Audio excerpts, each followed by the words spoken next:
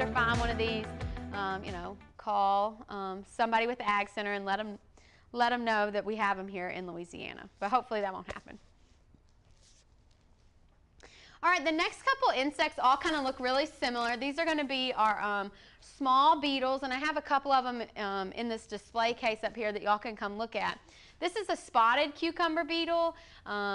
A lot of times people get these confused with ladybugs or lady beetles, but they have a more elongated shape. So our ladybugs are very round. You know, like when you try to pick a ladybug up, sometimes it's hard because they're so flat on whatever surface it is that they're on. These won't be like that. They're kind of a more oval type shape, more elongated. They come in a lot of different colors. So this one is kind of a yellowish with black spots. They can be green, you know, bright green, light green. They can have stripes. They can be solid. The spots can be a little bit different. So these all kind of look similar. They have a similar shape, but they're going to be different species. They might feed on some different things. I kind of refer to them all as leaf beetles or bean leaf beetles. When I worked for entomologists one summer, we worked with these beetles and we called them corn rootworm beetles because we were working on corn. So again, that's important why we use that genus and species. If you go back one. So this is just the striped cucumber beetle. Again, these all look the same. They're all going to have chewing mouth parts and do the same type of damage that beetles do. But the issue with a lot of these is that they're a pest when they're immature underground. So they'll feed on the roots of the plant. And then they'll emerge as an adult and they feed on the above portion of the plant. So it's kind of like a double whammy. You get damage from them as an immature and as an adult, which can be an issue. All right, leaf miners. Raise your hand if you have leaf miner problems. Really? I figured every hand would go up in here. So leaf miners, it seems like, I don't know if we're just starting to notice them or if they've become more of an issue over the last few years. This is, I don't know, it's quite the little pest to control, but the good thing about it is a lot of times you can tolerate the damage. So if you're not familiar with leaf miners, the damage you'll see is, this is on a tomato plant. You can see all this tunneling and kind of, I know it's kind of hard to see, but the tunneling throughout the leaf. The same thing on this holly over here. The larvae will get in between the upper and the lower leaf surface and they tunnel throughout that leaf. On citrus trees, your new growth will kind of get twisted and it won't look quite right, kind of curl up. The great thing is they typically stay in the leaf of the plant. So on citrus trees, they're not going to be in your fruit usually. On tomatoes, they're not going to be on the tomato fruit. So you can tolerate the damage. It looks ugly, but your fruit is going to be fine. Now, if you have ornamentals and, you know, maybe you work at a botanical garden or you have a very pristine lawn or something like that, you know, you might need to control it if it's in the leaves, you know, or if it gets so bad that all the leaves are falling off your tomato plant and the plant is dying, you might need to control it. But other than that, what we usually recommend is people try to tolerate the damage. The insect is very hard to control because, like I said, if this was the leaf, the insect is between the leaf surfaces. So think of it like you're in your house and it starts to rain, right? You're protected because you're in your house. The insect is the same way. It's between the leaf surfaces, so it's protected. So if you're trying to spray, the timing of your application is very important. You've got to spray when that egg is laid and before the larvae emerges and goes into the leaf surface. So it's very, very hard to time that spray.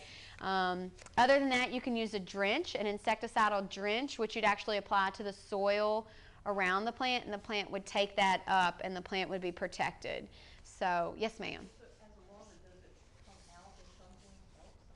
Eventually it will. So this is a moth insect. So eventually it'll, you know, make a little pupa or cocoon and it'll emerge as an adult and it'll fly off and go lay eggs on your neighbor's tomato and your neighbor's citrus tree. Yes, ma'am. Well, I mean, is it useless? Yeah, but they're always good for something, you know. Yes, sir. You can't use that drench on citrus because you're going to fruit. Well, okay, the imidacloprid. So there's a lot of controversy around using a imidacloprid insecticide right now. If you're familiar with all the colony collapse disorder, they're really looking close at that. active ingredient for insecticides.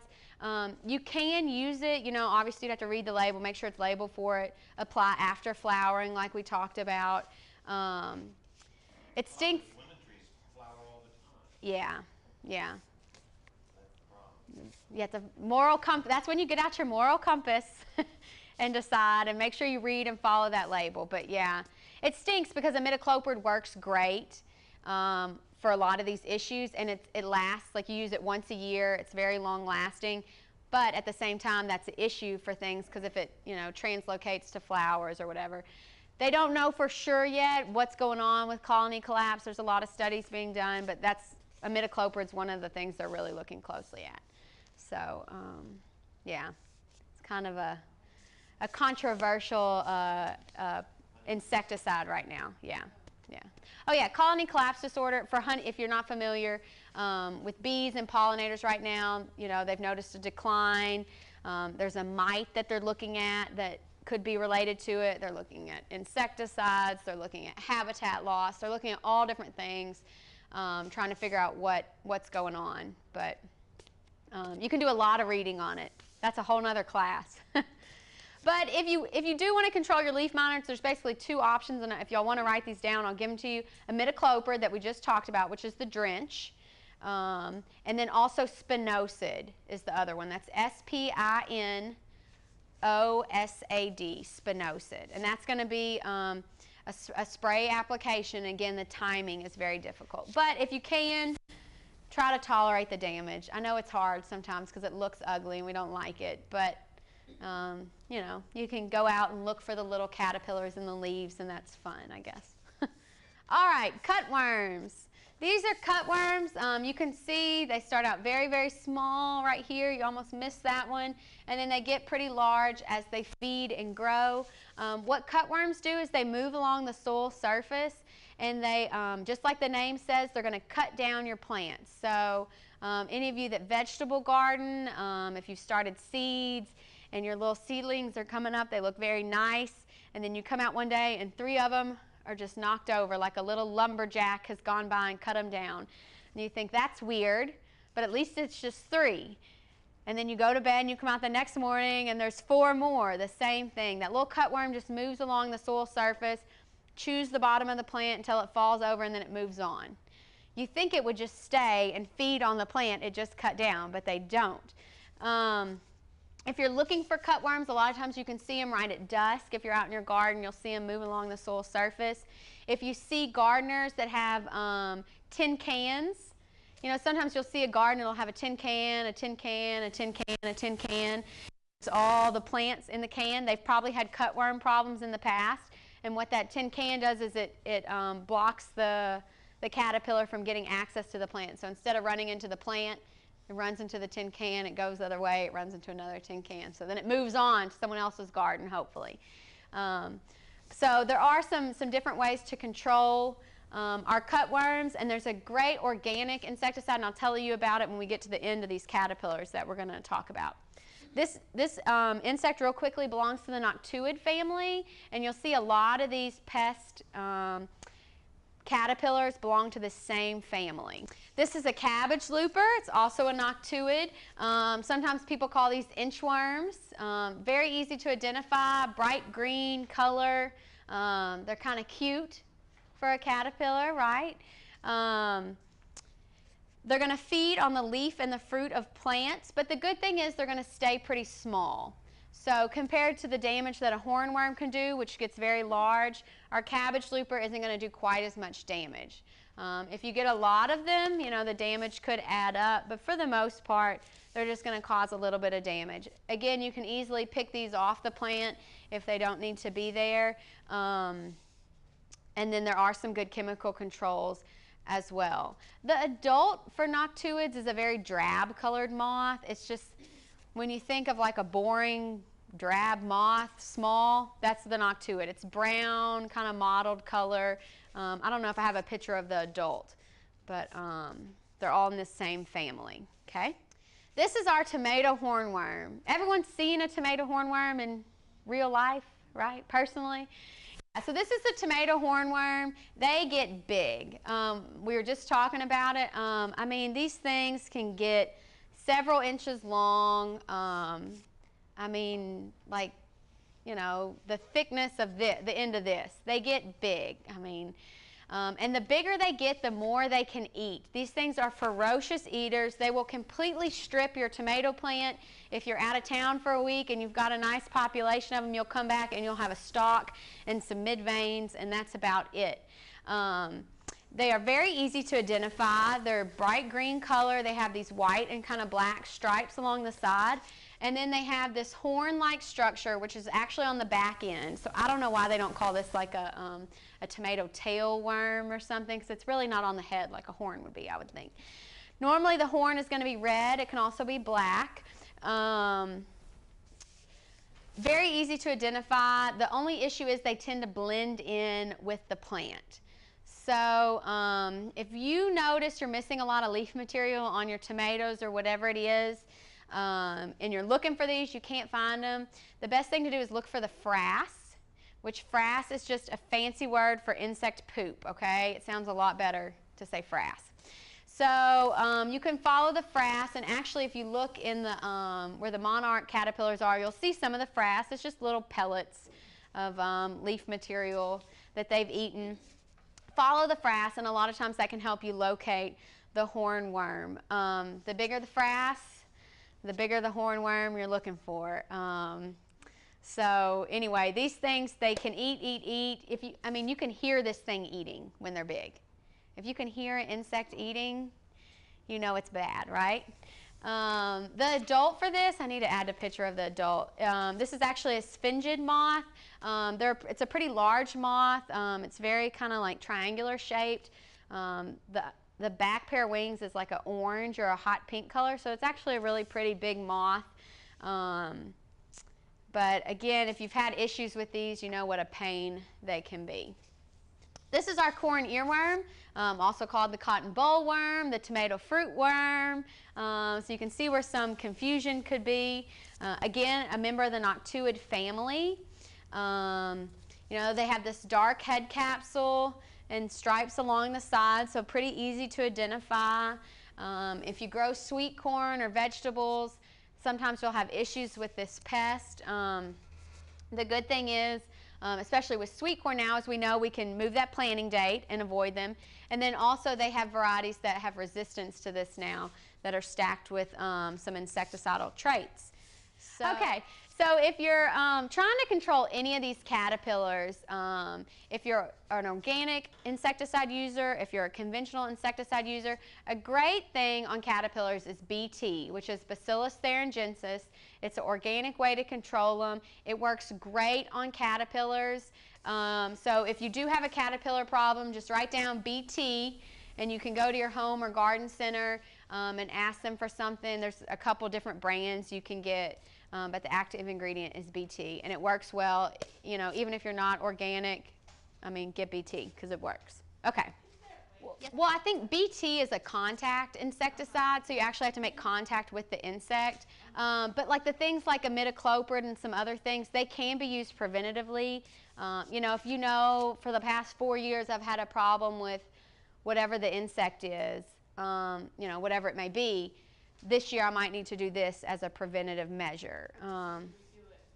You could do, well, you could, it just would depend. If you always see the insect in June, maybe you'd want to put it out the week before or something like that. But again, you just have to do a little research on the insecticide, make sure it's not a contact.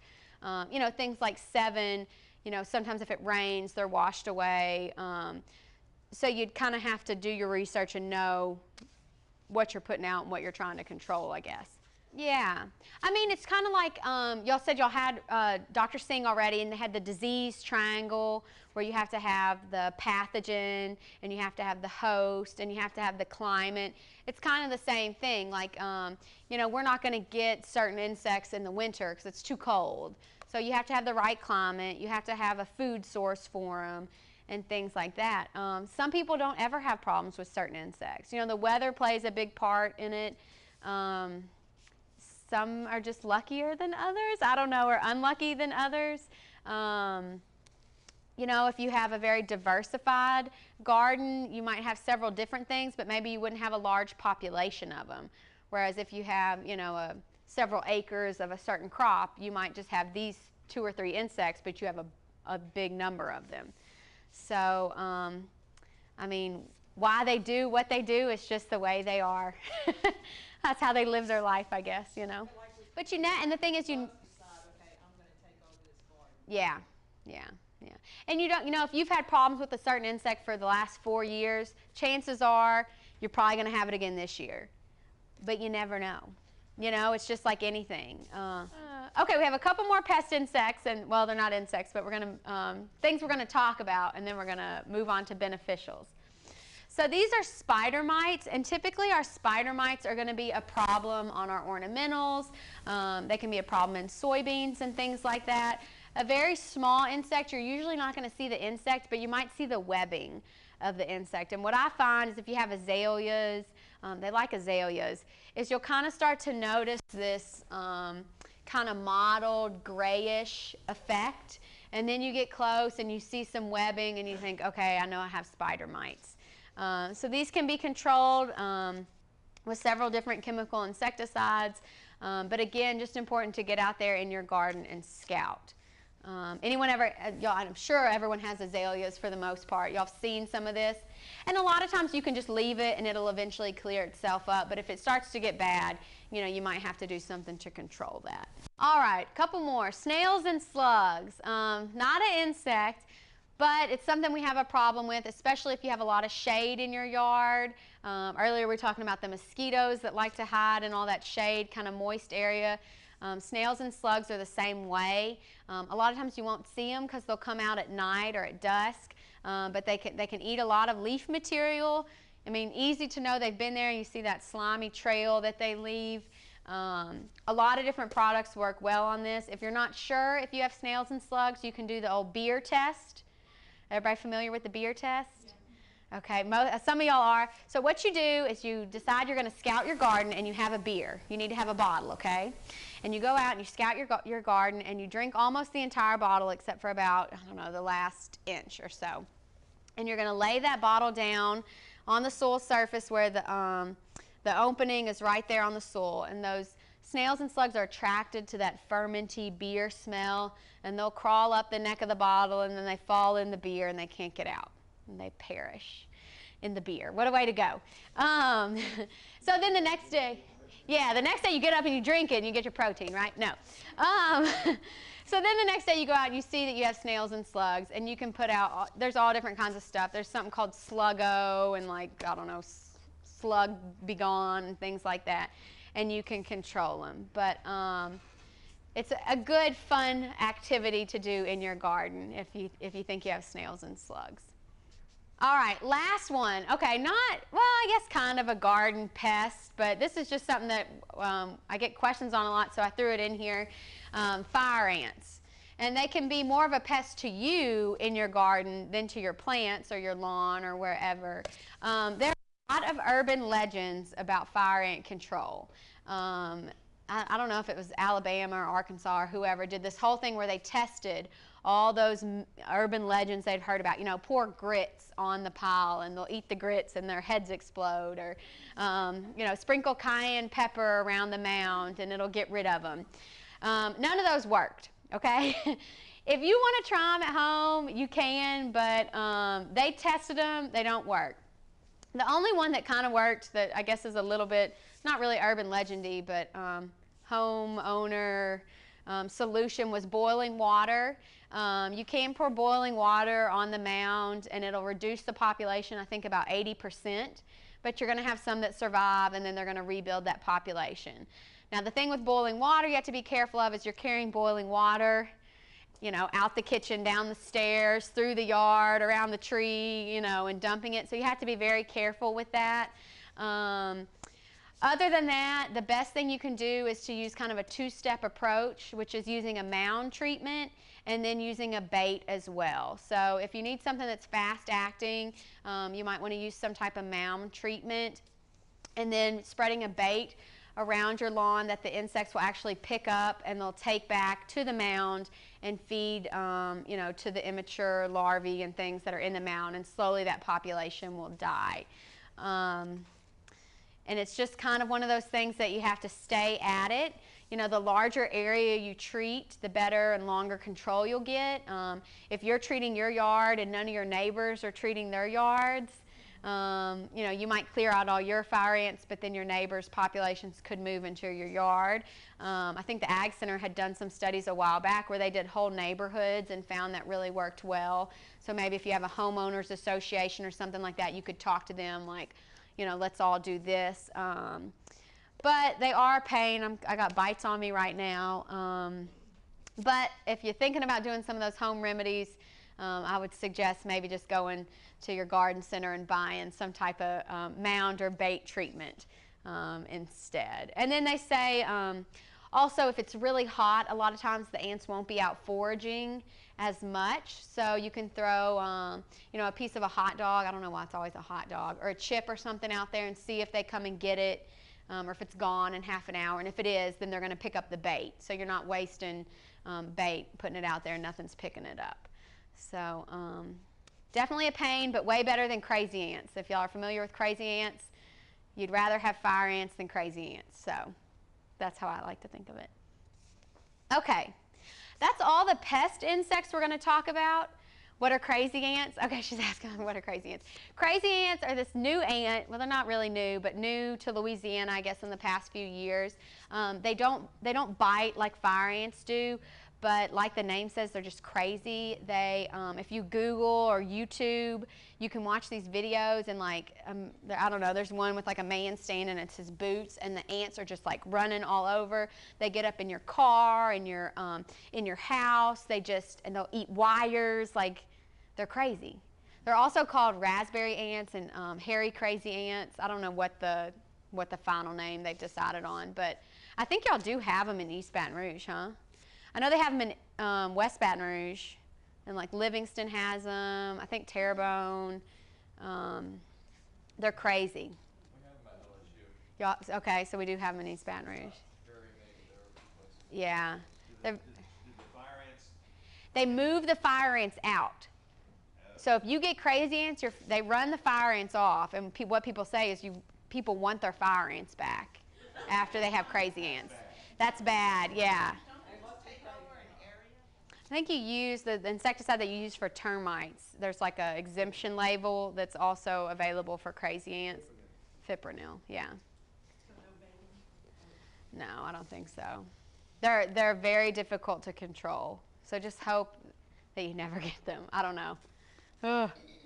Don't invite people over that have crazy ants at their house. They'll like travel in their car and get out at your house. Okay, now we're going to talk about some beneficial insects. I think that's the next slide.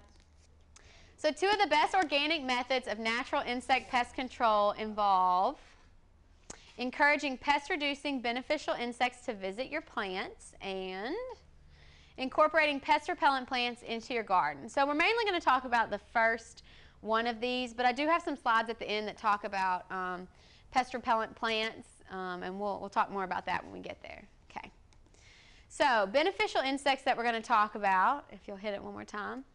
Lacewing ladybugs, ground beetles, assassin bugs, praying mantises, robber flies, wasps, and spiders, which of course aren't an insect, but we'll talk about them anyway.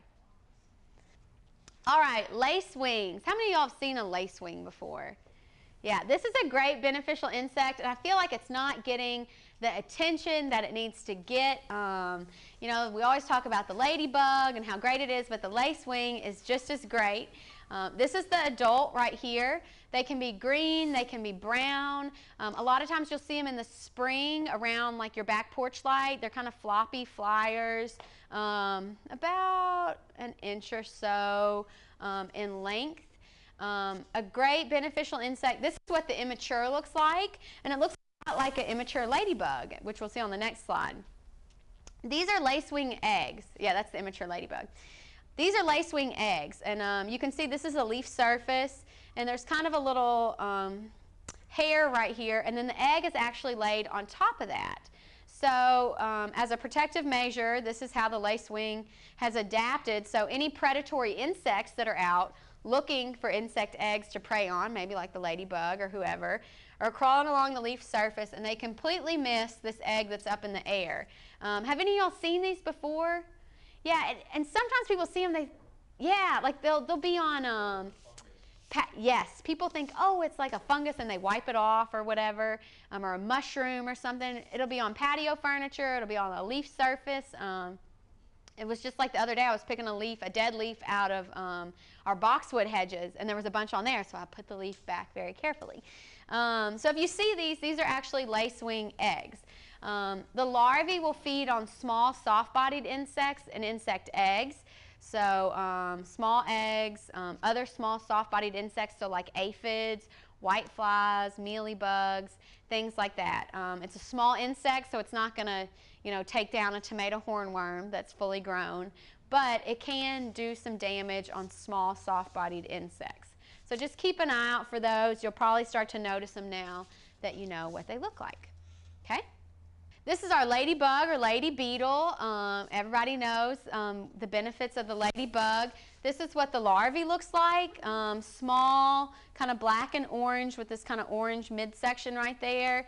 And then we have our adult over there. Again, it's going to feed on small, soft-bodied insects, so things like aphids, whiteflies, and insect eggs. Y'all seen ladybug larvae?